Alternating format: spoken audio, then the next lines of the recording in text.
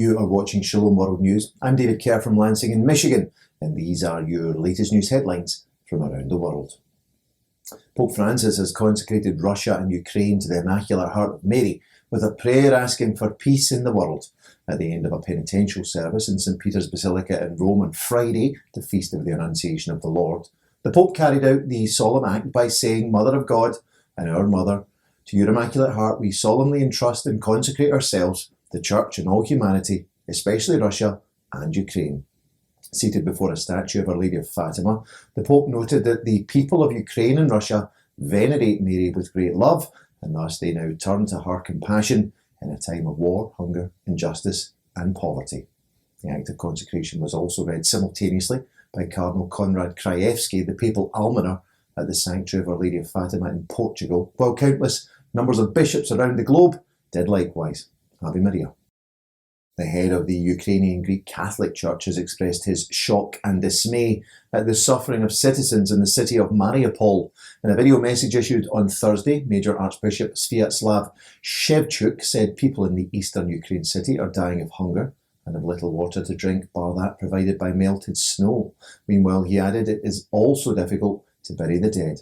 In the 4 weeks since Russia launched its invasion, no Ukrainian city has been more devastated by Russian attack than Mariupol, with the industrial port undergoing days of unrelenting bombardment from Russian troops.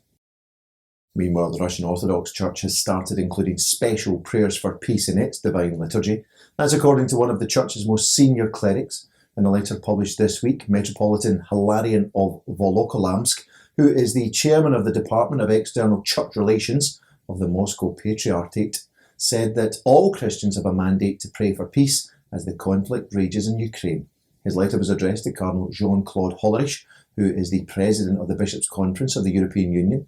In his letter, the Russian prelate said, quote, "We call upon everyone to pray fervently for the cessation of every military confrontation between Russia and Ukraine, and that the Lord, by his power, helps our people find peace and welfare again." In other news, and in the United States, the state legislature of Arizona has passed a bill banning abortion after 15 weeks of pregnancy. The legislation will now go to the Republican Governor Doug Ducey for final approval, which he'll almost certainly give.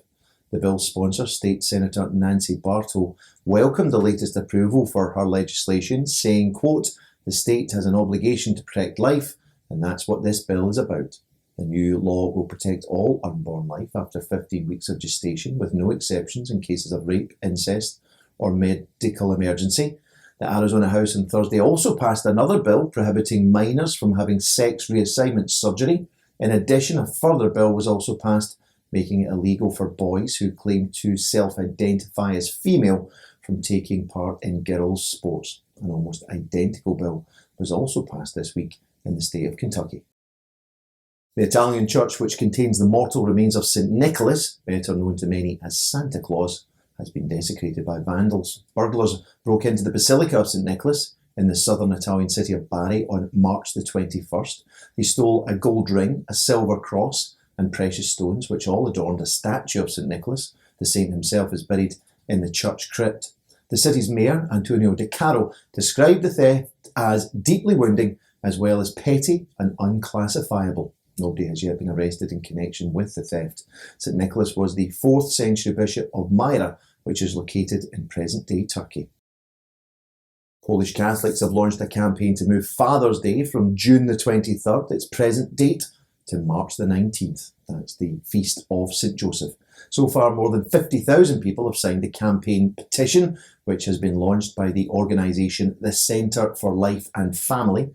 Their campaign already boasts the support of many prominent Catholics, including Archbishop Stanislaw Gadecki, who is the chairman of the Polish Bishops' Conference. The organisers say that St. Joseph has proven himself to be a good father in all conditions. If they are successful in moving Father's Day to the Feast of St. Joseph, Poland will follow the example of Spain, Italy, Portugal and Croatia. A Romanian-based Franciscan friar has been nominated for the Nobel Peace Prize.